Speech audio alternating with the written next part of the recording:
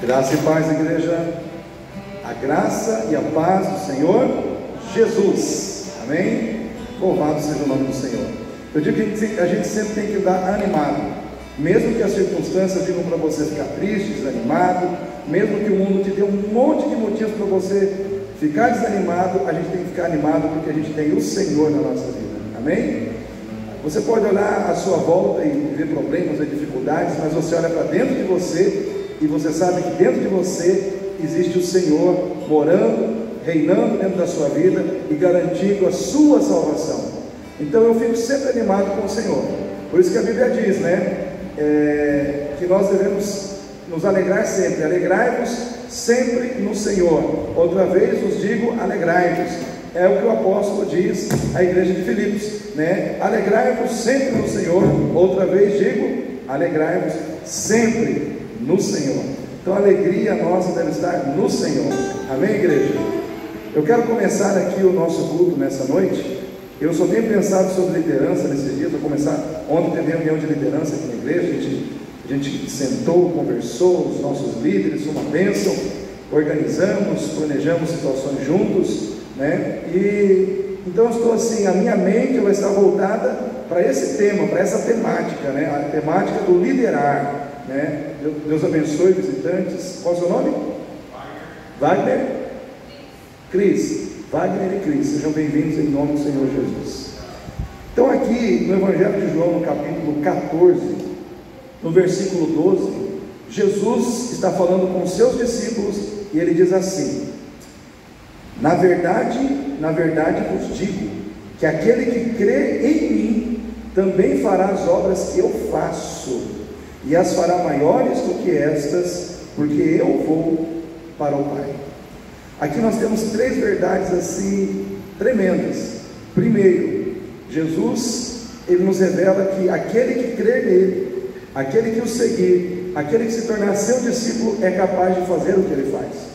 Então, quando nós começamos a olhar para a realidade de quem nós somos em Cristo, do que nós recebemos de Cristo, do que nós recebemos pela manifestação do seu poder e pela manifestação da sua graça em nossas vidas, nós não podemos olhar para nós como coitadinhos, como pessoas incapazes, como pessoas que estão, vamos dizer assim, à mercê das circunstâncias, à mercê do mundo. A gente tem que ficar preocupado com o diabo.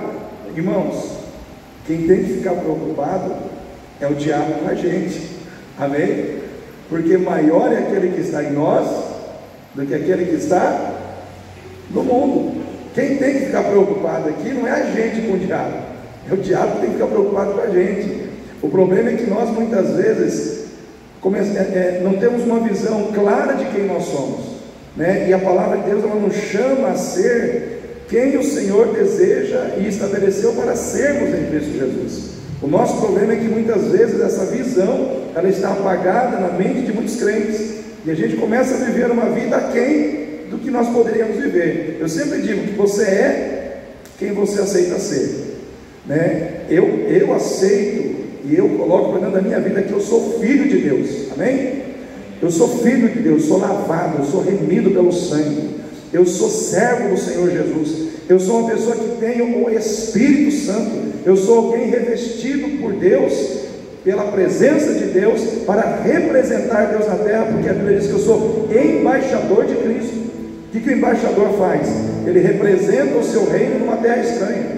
Isso quer dizer que nós não somos daqui, nós estamos aqui de passagem, nós somos peregrinos, O nosso problema é que a gente se afeiçoa às coisas deste mundo, a gente permite o nosso coração se enamorar pelas riquezas, pelos prazeres da terra, e aí a gente, como cidadão do céu, deixa de pensar nas coisas do céu e começa a pensar demais nas coisas da terra, e a gente começa a se influenciar pelas coisas da terra, e a gente que foi criado ou recriado em Cristo para ser um ser espiritual, a gente acaba se tornando uma pessoa carnal. Uma pessoa carnal, por quê? Porque vive para as coisas da carne, porque prioriza o que é da carne, porque prioriza as coisas materiais e não as espirituais. Jesus disse, Colossenses 3:1, se já ressuscitastes com Cristo, se é que já ressuscitastes com Cristo, pensai nas coisas que são de de cima e não nas coisas que são da terra. Portanto, irmãos, nós precisamos olhar para nós e entender quem nós somos. E o Senhor Jesus diz: aquele que crer em mim fará as obras que eu faço. Então, um verdadeiro líder é aquele que ensina os seus liderados a fazer o que ele faz, é aquele que replica, é um replicador, né? Eu replico, eu repasso, eu me torno um referencial daquilo que o outro precisa ser. E Jesus é o referencial perfeito, do filho perfeito, da filha perfeita, que nós precisamos ser diante de Deus. Quando Pedro está no barco e Jesus começa a andar sobre as águas, e ele chega ali perto do barco, escuro, já era a quarta vigília da noite. Imagina você em alto mar, né? Barco balançando, escuridão, aí de repente alguém começa a vir andando sobre as águas. Irmãos, qualquer um de nós assustaria. Eu sou, vamos dizer assim, nós como Campo Grandense, a gente nem tem mar aqui. Já começa por aí, o negócio começa complicado por aí, porque nós, sul-mato-grossenses, a gente não tem esse contato com o mar, com água salgada, né? A gente já tem essa dificuldade. Aí quando viaja, tira umas fériasinhas, vai numa praia, mas fica na praia ali. A gente não entra em alto mar, né, para ver como é que é lá realmente.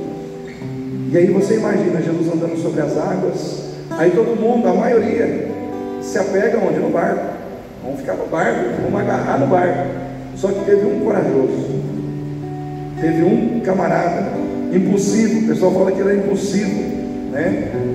Mas eu chamo Pedro de um homem de fé, que ele colocou os pés ali na proa do barco, disse: Senhor, se é o Senhor, me faz ir ter contigo sobre as águas. Coragem, irmãos. Será, irmã Laura, que a gente pularia daquele barco?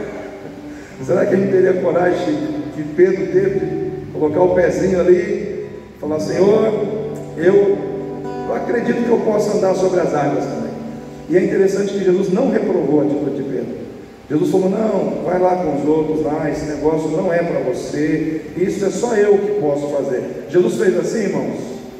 Não, porque ele queria que Pedro experimentasse o que ele estava experimentando.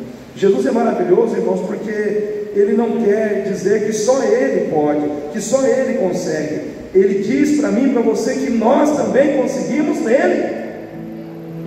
Se ele consegue e nós estamos nele e ele está em nós, nós também conseguiremos. Por isso ele disse: a minha paz vos dou, não vou lá dou como o mundo a dar. Não se turbe o vosso coração, nem se atemorize, né? Então, a minha paz vos dou, não se turbe o vosso coração, né? A minha paz está em você, né? No mundo tereis tribulação, mas tende bom ânimo, porque eu venci o mundo. Em outras palavras, ele está dizendo assim: eu venci, e se você está comigo também, você vai vencer, porque a capacidade que eu tenho de vencer agora está com você, viu, irmã Laura? A capacidade de vencer o mundo também é sua, viu, irmã? Né? Irmã Aurinete, casal que está chegando ali, se já são cristãos, já são convertidos, também, né? Esse poder é nosso, esse poder está sobre a nossa vida. Então Jesus, ele chama Pedro, e Pedro começa a andar sobre as águas, ele começa a experimentar que ele está andando sobre as águas também. Por quê? Porque nós fomos chamados para fazer o que ele faz. Jesus diz: vem, Pedro, né? Esse vem, ele ainda está em vigor, ainda está vigente para mim e para você. O vem de Jesus é para nós. Vem experimentar o meu poder, vem experimentar aquilo que eu posso fazer comigo, vem experimentar na sua vida. Porque uma coisa é você conhecer Jesus pelas experiências dos outros, a outra é você conhecer a Jesus pelas suas experiências com Ele. E isso nós precisamos buscar, né? Porque tem crente que é superficial, porque conhece Jesus pelo que Ele fez na vida dos outros, e não pelo que Ele fez na sua vida. Queira ter experiências com Cristo para você crescer, para você realmente poder dizer com autoridade: Ele fez e eu fiz com Ele. É muito mais profundo, né? E outra coisa que Jesus, outra verdade que está nesse texto, ele diz assim: aquele que crer em mim fará as obras que eu faço. Ele está dizendo que nós precisamos ensinar as próximas gerações. Jesus poderia ter feito tudo sozinho, mas Ele ensinou, Ele preparou pessoas, porque ele sabia que o tempo dele era limitado aqui na terra. Ele disse: porque eu vou para o Pai, não vou ficar aqui, o meu tempo aqui é limitado. Vai ter um momento que eu vou ficar com vocês, mas vai chegar a hora que eu vou ter que ir. Quem vai dar continuidade? São vocês. Irmãos, eu estou preocupado com a próxima geração. Eu estou preocupado com a próxima geração de músicos. Eu louvo a Deus porque tem um Caio ali, ó, aprendendo ali com o Lares. Nós estamos conversando aqui, eles estão tricotando ali. Por quê? Porque eles estão, né? Mas eu louvo a Deus pela vida desse menino que está aqui. Mas em muitas igrejas hoje está um déficit de adolescentes, de jovens para ministério. Você não acha mais essa moçada para cantar, para desenvolver dons, para desenvolver vocação espiritual, né? Os pastores mais velhos estão ficando cansados, né? Eu lembro quando eu comecei esse trabalho aqui, esta igreja, eu ainda tinha, vamos dizer assim, 2004, 2024, há 20 anos atrás, eu estava aí na casa dos 28 anos mais ou menos. Eu era jovem, hoje eu estou com 51, né? Eu vi essa moçada crescer, mas eu vi várias fases, e como mudou a cabeça da moçada de um tempo para cá. O Larson está aqui hoje, que já é casado, é pai de 2 filhos, está vindo mais uma penca aí, se Deus quiser, não sei. O Larson era adolescente, ele ficava doido para pegar o violão, aprender, mas não tem ninguém hoje atrás do Larson fazendo isso. Mas nós precisamos ensinar as gerações futuras, né? Eu creio que essa preocupação que está no meu coração também é uma preocupação da Aurinete, que está sempre incomodada com isso. Nós precisamos nos preocupar em ensinar as próximas gerações para que eles possam fazer o que nós estamos fazendo hoje. Isso começa em casa, né? Os pais têm que ensinar os filhos a orar, os pais têm que ensinar os filhos a gostar de Bíblia, a gostar de estar na igreja, não na forçação de barra, mas gostar mesmo. O filho vai gostar de ler Bíblia se ele vê o pai e a mãe lendo. O filho vai gostar de oração se ele vê o pai e a mãe orando. Então nós precisamos inspirar os nossos filhos. Inspirar, né, é muito mais eficiente do que impor, né? Jesus, ele inspirou os seus discípulos, ele não impôs, ele mostrou como é que se faz, e todo mundo queria fazer.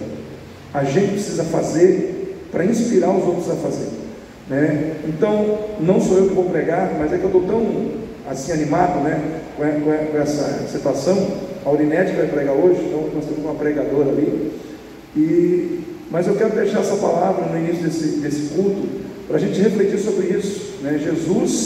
Jesus, ele é o exemplo que nós devemos seguir em todos esses aspectos, tá certo, gente? Vamos ficar em pé para a gente louvar o Senhor, e ore pela minha garganta, porque cada dia que passa estou ficando mais rouco, né? Então, para Deus passar a mão assim, tirar, né, essas rouquidões, para que eu ainda possa continuar cantando com essa juventude aí, até o dia que Deus permitir.